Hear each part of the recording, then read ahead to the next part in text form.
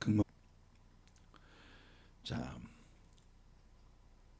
오늘 아침 우리는 여호수아 심층 강의 15번째 시간으로 여호수아 4장 1절로 3절까지 그리고 9절 말씀. 사실 오늘 우리 말씀을 여호수아 4장 1절로부터 9절까지 이렇게 말씀을 나누겠는데요. 본문은 1절부터 3절 그리고 9절 이렇게 읽고 말씀을 함께 나누도록 하겠습니다. 먼저 여호수아 4장 1절로 3절까지 말씀입니다.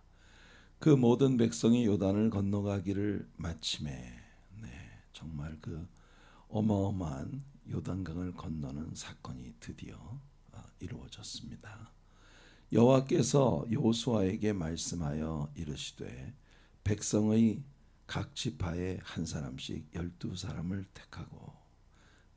이 말씀은 우리가 어제 벌써 3장에서 하나님께서 여호수아에게 이미 명령을 하셨던 말씀을 오늘 우리가 다루게 될 것이라고 이야기하고 넘어갔던 동일한 말씀입니다. 이스라엘 사람들에게서 각 지파별로 한 명씩 12명을 택해라 라고 하는 걸 이야기하면 제일 먼저 떠올려지는 게 자연스럽게 가데스 바네아에서 가나안을 정탐하도록 보내어진 정탐꾼들의 이야기가 제일 먼저 떠오를 수밖에 없는데요. 그들과는 완전히 다른 차원의 또 각 지파를 대표하는 12명의 사람들이 여기에 뽑혔습니다. 그들이 뭘 하는지 오늘 우리들의 말씀의 제목이 왜 Two Monuments라는 Monuments라고 하는 것은 기념비, 일종의 기념비. 우리가 어떤 역사적인 현장에 가면 옛날 사람들이 어떤 역사의 한 토막을 이제 기리기 위해서 쌓은 어떤 기념탑이나 또는 그 역사의 흔적을 담고 있는 어떤 유적, 이런 것을 우리가 monument라고 이렇게 이야기를 하죠. monument, 기념비. 두 개의 기념비. 이걸 기념비라고 딱 이야기하기에는 이 사람들이 그런 어떤 비석 같은 걸 세운 게 아니기 때문에 그냥 12덩이의 돌무더기가 두 개가 만들어졌기 때문에, 그리고 그 12덩이의 두 개의 돌무더기가 이스라엘의 역사 가운데 너무나 중요한 우리들의 예수 그리스도로 말미암은 구속의 복음을 보여주는 기념비적인 그런 의미가 있기 때문에 오늘 말씀의 제목을 The Two Monuments라고 이렇게 제목을 붙인 것입니다. 두 개의 기념비예요. 그들에게 명령하여 이르기를 요단 가운데, 자 보세요, 제사장들의 발이 굳게 섰던 그곳에서, 제사장들의 발이 굳게 선 그곳에서 돌 12개의 돌을 택하여 그것을 가져다가 오늘 밤 너희가 유숙할 그곳. 오늘 밤 너희가 유숙할 그곳이란 바로 요단강을 건너고 난 후에 약속의 땅에서 처음으로 이제 자리를 잡고 캠프를 치고 처음으로 유숙하게 된 그곳에 이 12덩이의 돌들, 요단강 제사장들의 발이 서 있었던 그 자리에서 취한 각 지파별로 각 지파를 대표하는 12명이 그 돌들을 운반을 해서 그들이 유숙할 그 캠프 곁에 12덩이의 돌들을 쌓아놓고 이것을 기념하라 하는 이야기입니다. 자, 그렇게 그곳에 두게 하라 하시니라. 그 다음 9절을 보시면요, 또 다른 모니먼트가 하나 나옵니다. 여호수아가 또 요단 가운데 곧 언약궤를 맨 제사장들의 발이 섰던 곳에 돌 12를 세웠더니 오늘까지 거기에 있더라. 자, 이번에는 제사장들이 서 있었던 그 자리, 그러니까 요단강 한복판입니다. 요단강 한복판에 거기에도 돌 12를 세우고, 그러니까 그곳에서 12돌을 취해서 요단강 건너편으로 가지고 와서 그들이 첫 번째로 유숙했던 그곳에 이 12개의 돌을 두었고, 그 다음에 제사장들의 발이 서 있던 그곳에 돌 12를 세웠다. 이것 역시 하나의 모니먼트입니다. 물론 요단강 물이 멈춰 있다가 다시 흘러가면서 이 요단강 한복판에 세워진 12개의 돌들은 그 요단강 물 속에서 잠겨버려서 보이지 않겠죠. 그러니까 여호수아는 지금 이 기념비적인 12개의 돌들을 요단강 안에 제사장들의 발이 서 있던 곳에도 세우고, 요단강 건너편으로 그 속에서 돌들을 12개를 가지고 와서 그들이 유숙하는 첫 번째 야영지, 거기에도 이 12개의 돌들을 세웠다 하는 겁니다.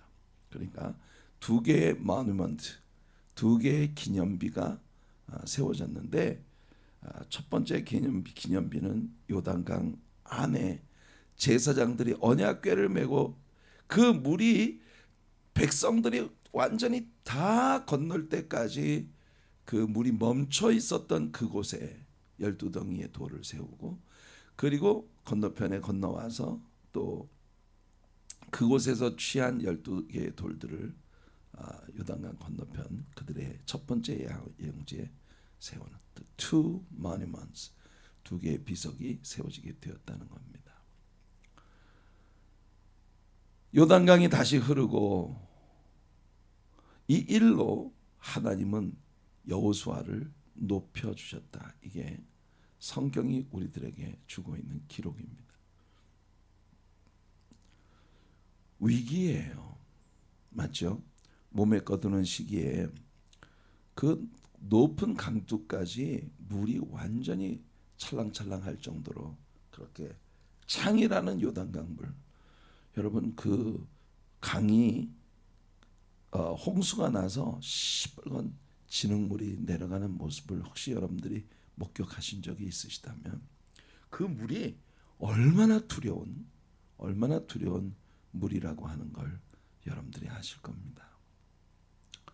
이것을 건너가야 된다는 건 홍해바다를 건넜던 사건만큼이나 정말 그 일종의 위기였어요. 그러나 여러분, 우리가 신앙생활을 해보면, 성경을 공부해보면 하나님의 자녀들에게 다가온 모든 종류의 이 위기, 크라이시스, 이 위기는 하나님의 역사 체험의 특별한 찬스가 된다는 겁니다. 기억하세요.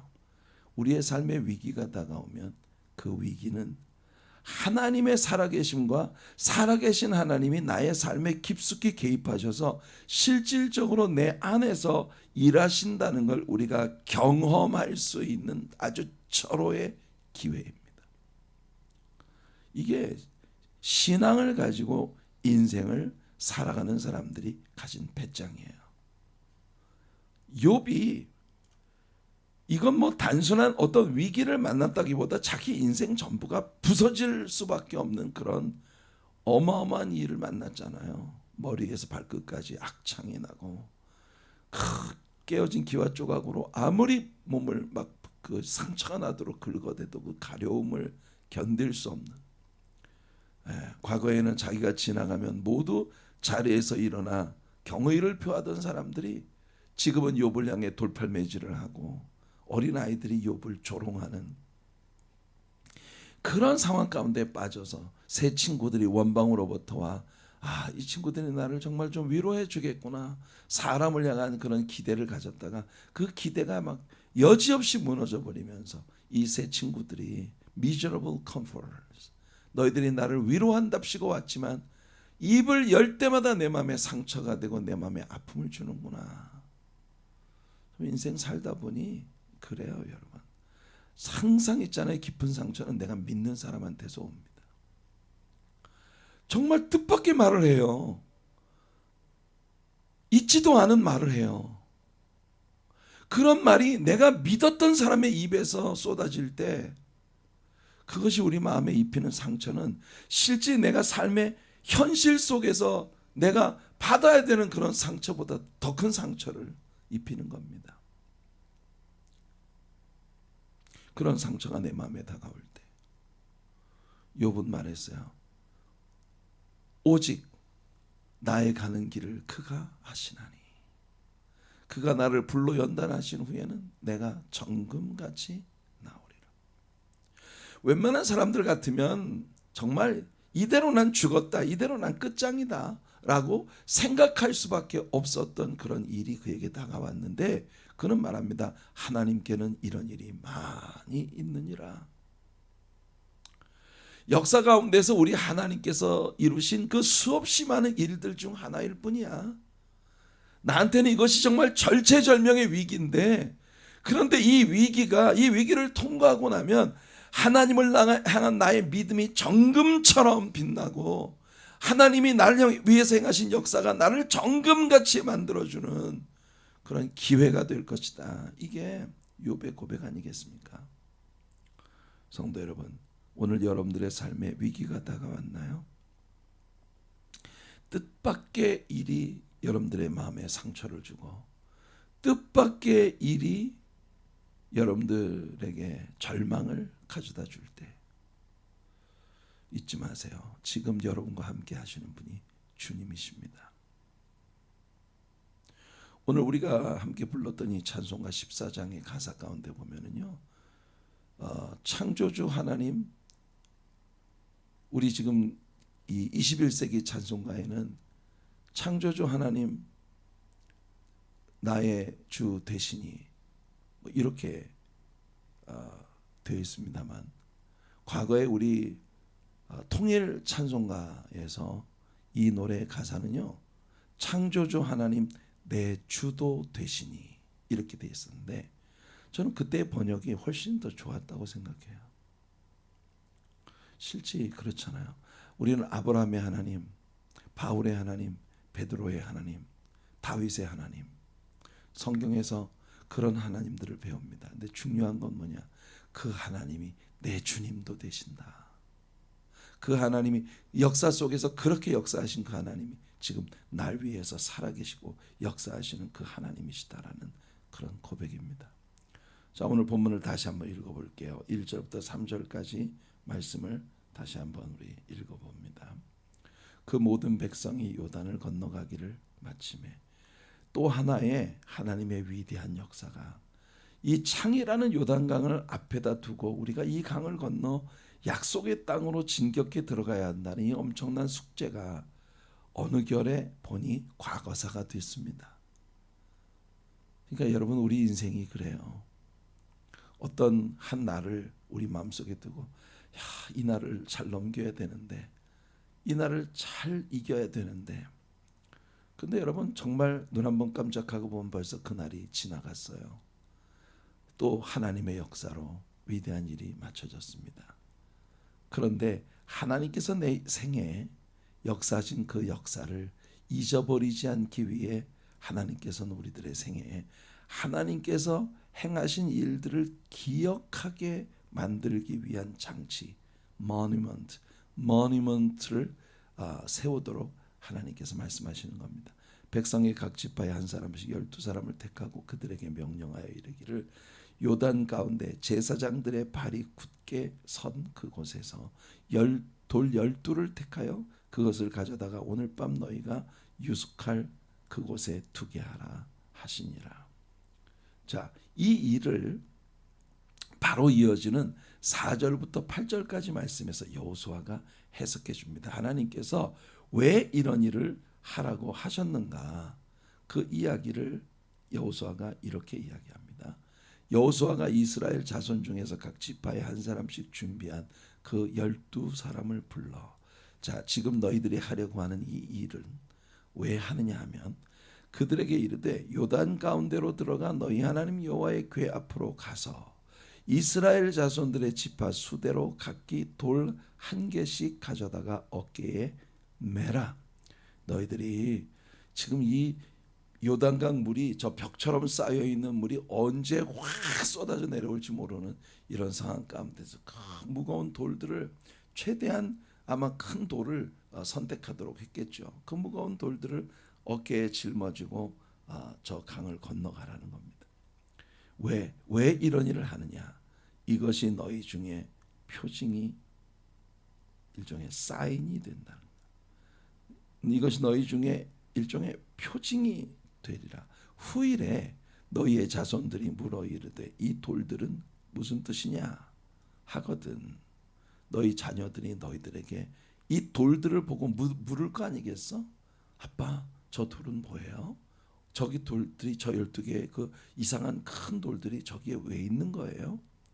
그렇게 물으면 그들에게 이르기를 요단물이 여호와의 언약궤 앞에서 끊어졌나니 곧 언약궤가 요단을 건널 때에 요단물이 끊어졌으므로 이 돌들이 이스라엘 자손들에게 영원히 기념이 되리라 하라.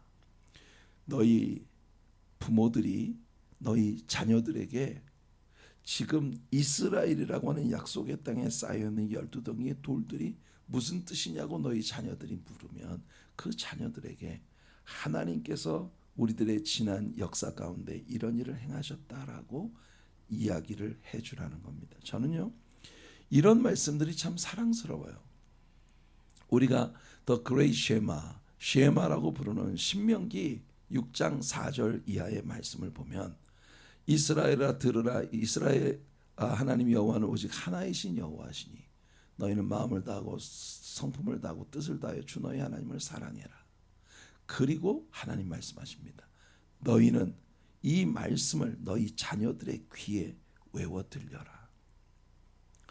여러분, 어린 시절부터 부모가 그 자녀들의 귀에 하나님이 내게 누구신지, 하나님이 내 삶에 무엇을 역사하셨는지, 그래서 나는 하나님을 얼마나 사랑하는지 이 이야기를 우리의 자녀들의 귀에 그야말로 딱지가 않도록 들려주라는 겁니다.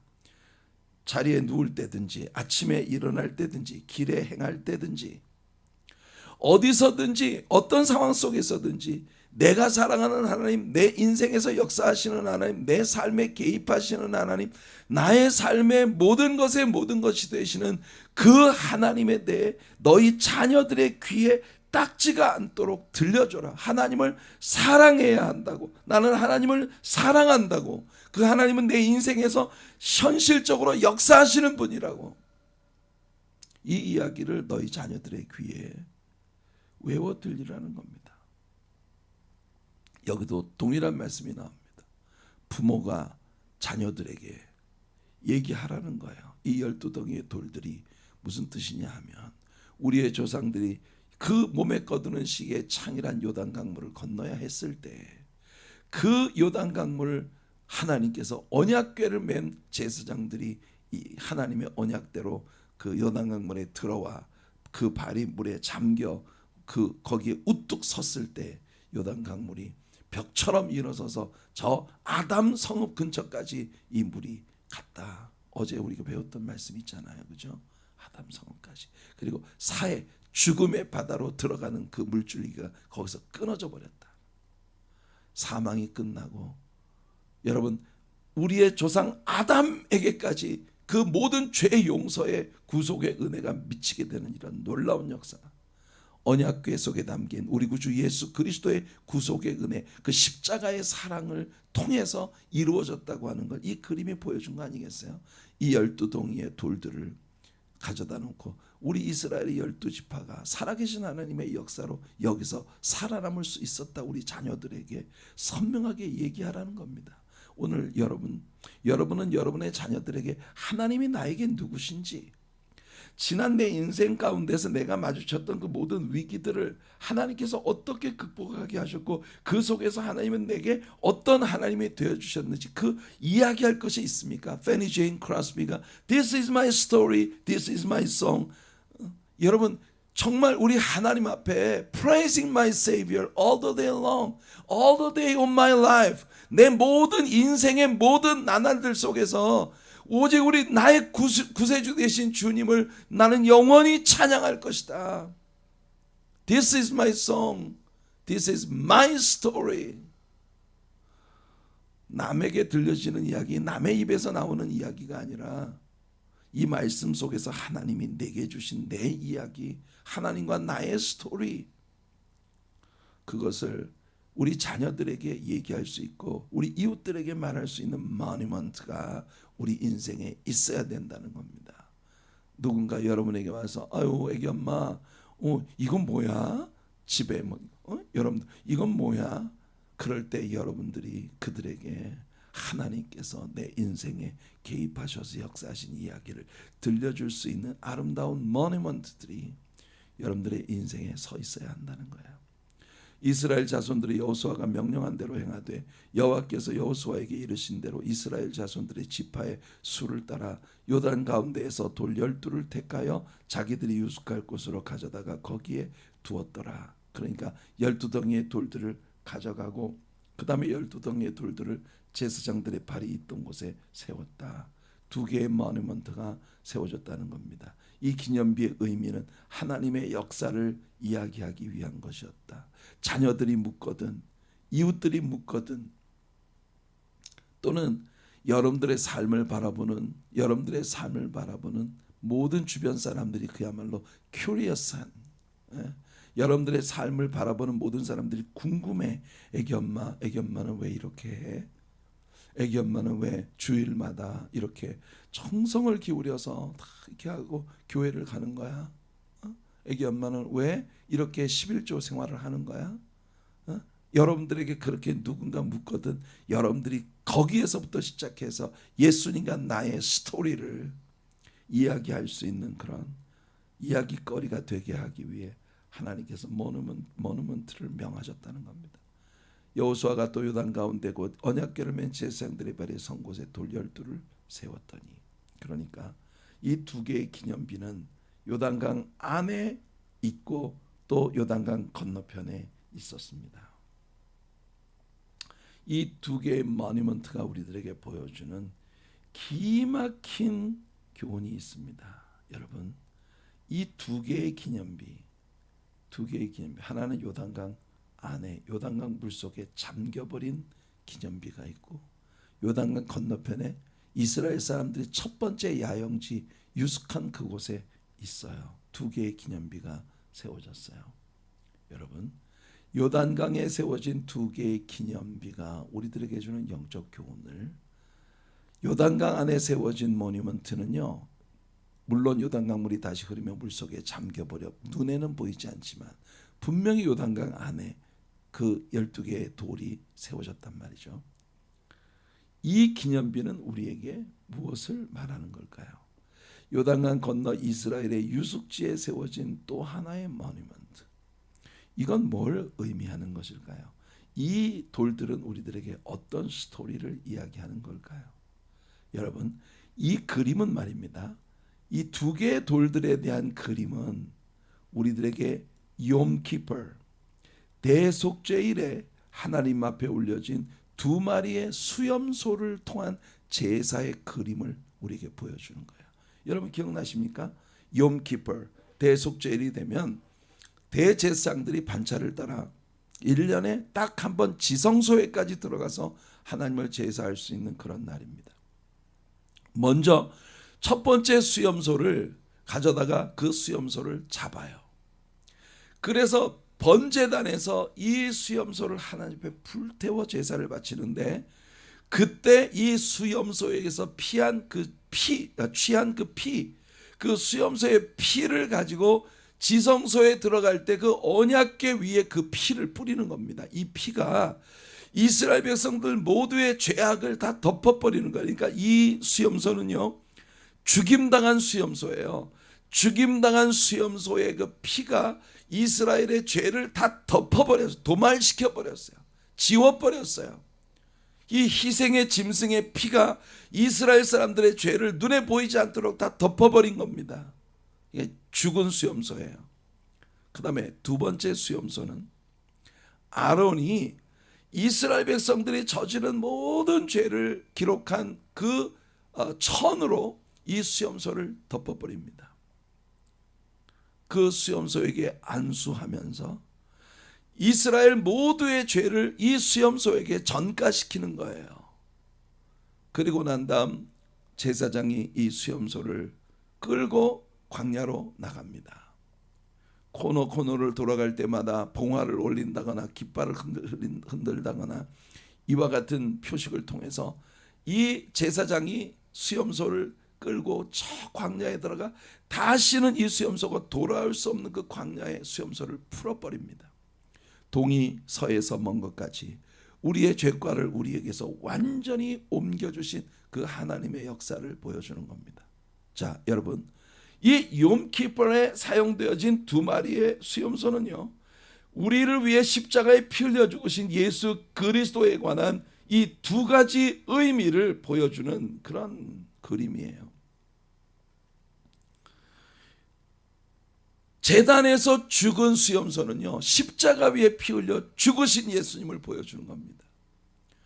이스라엘의 죄가 기록된 천을 뒤집어 쓰고 광야에 나가 맹수에게 물어뜯겨 죽임을 당하며 그 죄가 다시는 이스라엘에 돌아올 수 없게 만들어버린 이 일은요, 부활하신 예수님께서 십자가 위에서 희생하셔서 우리의 모든 죄를 용서해 주시고 우리 모두를 예수의 부활에 참여하게 해주신, 그래서 여러분, 이 수염소를요, 아사셀의 수염소라고 부릅니다. 아사셀을 위한 수염소. 우리가 처음에 성경을, 제가 어렸을 때 성경을 읽을 때는요, 아사셀이라고 하는 어떤 존재에게 바치는 수염소라고 생각을 했어요. 근데 그 아사셀이라고 하는 말이요, 여러분, 우리의 그 redemption, 구속을 이야기합니다. 구속. 그러면 왜 구약 성경에도 다 구속이라는 말로 번역되어진 단어들이 있는데, 그런데 왜 여기만 유독 아사셀이라고 하는 독특한 언어를 사용했느냐? 이 아사셀, 여러분, 신약 성경에서 헬라어로 구속이라고 하는 이제 그 단어가 두 가지 단어가 있다는 거예요. 구약 성경에서는 카파르예요. 카파르. 히브리 말로 구약에서 구속이라는 말이 쓰여진 곳은 다 카파르입니다. 카파르라는 말은 가서 덮어준다는 거예요. 일단 덮어버리는 거예요.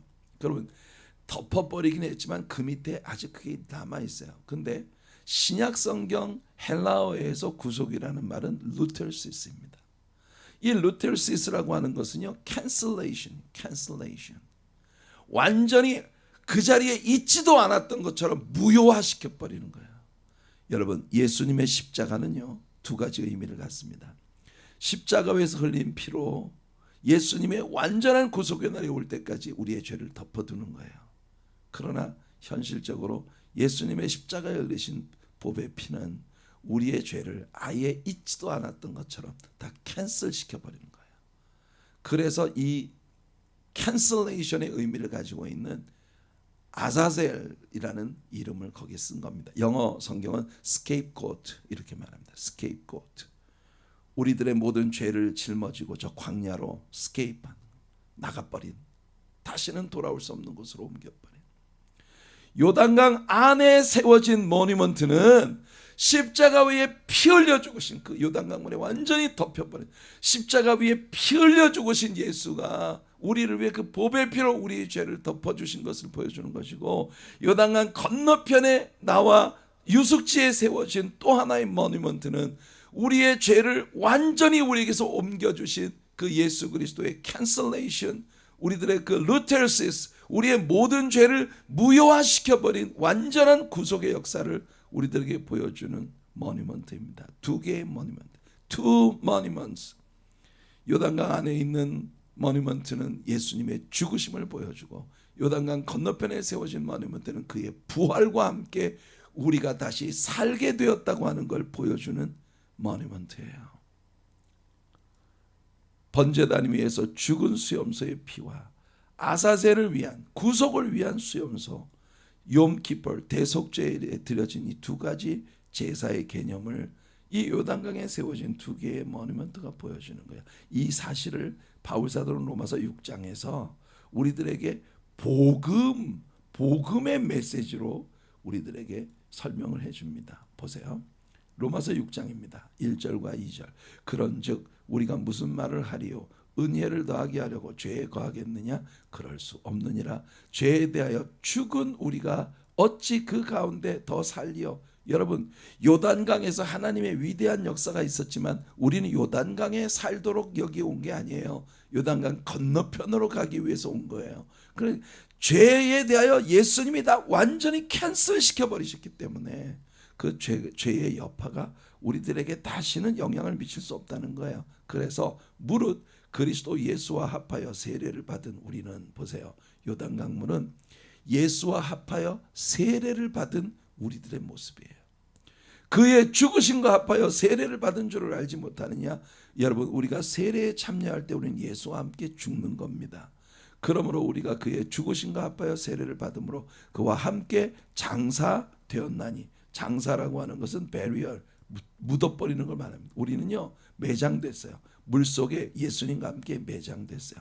이는 아버지 영광으로 말미암아 그리스도를 죽은 자 가운데서 살리심과 같이 우리로 또한 새 생명 가운데서 행하게 하려 함이라. 그래서 여러분, 이 세례라고 하는 예식이 가진 의미는요, identification, 우리가 being identified with Jesus, 예수 그리스도와 함께 동일시 되어지는 거예요. 동일시. 예수와 함께 죽고 예수와 함께 살고 그렇게 예수님과 identified 되어지는 거예요. 동일시 되어지는. 그게 세례. 여러분, 세례를 받으셨습니까? 여러분들의 세례가 예수 그리스도와 여러분을 동일시 시켜주는 겁니다. 그래서 바울 사도가 빌립보 교인들에게 편지할 때 빌립보 교인들의 애드레스를 이렇게 그들에게 피지컬 어드레스는 빌립보에 사는 자들이에요. 그런데 그들의 스피리추얼 어드레스는 예수 안에 사는 거예요. 보세요. 그리스도 예수의 종 바울과 디모데는 그리스도 예수 안에서 빌립보에 사는 모든 성도와 또한 감독들과 집사들에게 편지하노니. 여러분, 이게 우리들의 주소예요. 여러분들의 주소는요, 예수 안에 있어요. 여러분들은 예수 안에서 살아가는 사람들이에요. 그리스도 예수 안에서 알파인에 사는 여러분, 놀우드에 사는 여러분, 노스페일 사는 여러분, 크레스킬 사는 여러분, 테나플라이에 사는 여러분, 테판에 사는 여러분, 오렌지버그에 사는 여러분, 클라스터에 사는 여러분, 폴리에 사는 여러분, 펠팍에 사는 여러분, 리오니아에 사는 여러분, 여러분들의 애드레스, 피지컬 애드레스가 어디에요? 그 워터프런트에, 에즈워터에 사시는 분들, 여러분들의 피지컬 어드레스는 그런 도시들이지만 여러분들이 어느 곳에 있어도 여러분 예수 그리스도 안에 있는 자들이다. 바로 이 12덩이의 돌무더기는 그들이 어느 곳에 있어도 그들이 다 예수 안에 있는 자들이라는 걸 보여주는 그런 모니먼트였다고 하는 겁니다. 그래서 바울 사도는 에베소서에서 이렇게 말합니다. 긍휼이 풍성하신 하나님이 우리를 사랑하신 그 큰 사랑을 인하여 허물로 죽은 우리를 그리스도와 함께 살리셨고 너희는 은혜로 구원받은 것이라. 또 함께 일으키사, 우린 예수와 함께 죽고 예수와 함께 일으키심을 받아 그리스도 예수 안에서 함께 하늘에 앉히시니. 여러분, 높은 살이나 거친 들이나 초막이나 궁궐이나 내 주 예수와 함께하는 곳이 바로 그곳이 천국이다. 이는 그리스도 예수 안에서 우리에게 자비하심으로써 그 은혜의 지극히 풍성함을 오는 여러 세대에 나타내려 하심이라. 할렐루야. 여러분, 우리의 삶에 역사하시는 그 주님의 그 은혜의 스토리를 오는 여러 세대에, 오고 또 오는 모든 세대들에게 우리들을 통해서 나타내려 하시는 것이 하나님의 뜻이에요. 여러분, 오늘 주님과 여러분의 아름다운 스토리를 갖고 계신가요? 그 주님과 여러분의 아름다운 스토리가 여러분의 현실적인 삶을 통해 수없이 많은 주님을 기억하게 하는 모니먼트가 여러분들의 삶에 세워지게 되기를 바랍니다. 오늘 우리에게 적용할 말씀은 요한복음 4장 28절로 30절입니다. 또 하나의 기막힌 라이프 스토리의 변화를 가져온 수가성 우물가 여인의 이야기입니다. 여자가 물동이를 버려두고 동네로 들어가서 사람들에게 말합니다. 자기가 경험한 일, 내가 행했던 모든 일들, 그러니까 이 수가성 우물가의 여인이 이제까지 행해왔던 모든 일들은 다 죄예요. 내가 저질렀던 지난 모든 죄에 대해서 낱낱이 나에게 말한 분, 나를 아시는 분, 나를 진짜 아시는 분, 너희들이 와서 보라. 너희들도 그분을 한번 체험해봐라. 이는 그리스도가 아니냐, 크리스토스, 메사야, 메시아입니다. 메시아. 그가 바로 메시아가 아니신가. 그들이 동네에서 이 여인의 간증을 들은 수많은 사람들이 동네에서 나와 예수께로 오더라. 또 다른 수없이 많은 머니먼트들이 이 예수님을 만나 구원받은 수가성의 여인을 통해 수없이 많은 머니먼트가 이루어지게 될 수많은 사람들이 예수님께로 오게 되었다는 겁니다. 기억하세요, 여러분. 전도의 열정은 우리 교회 사람 숫자를 채우기 위한 게 아닙니다. 수단과 방법을 모두 동원해서 내가 아는 모든 이들에게 살아있는 예수의 스토리를 전하기 위하여 그들로 하여금 또 다른 머니먼트를 가진 살아난, 죽었다가 다시 살아난 사람들이 되게 해주기 위한 그런 말할 수 없는 긍휼과 사랑이, 이 수가성 우물가 여인은요 어디든지 숨고 싶은 여자였어요. 그런데 어디든지 숨고 싶었던 그녀가 지금은 동네방네 다니며 자신의 지난 스토리를 이야기하신 예수의 이야기를 하고 있는 겁니다. 하나님의 은혜가 여러분과 함께 하시는 복된 수없이 많은 또 다른 머니먼트가 여러분들의 삶에 세워지는 은혜의 나날이 되시기를 축복합니다.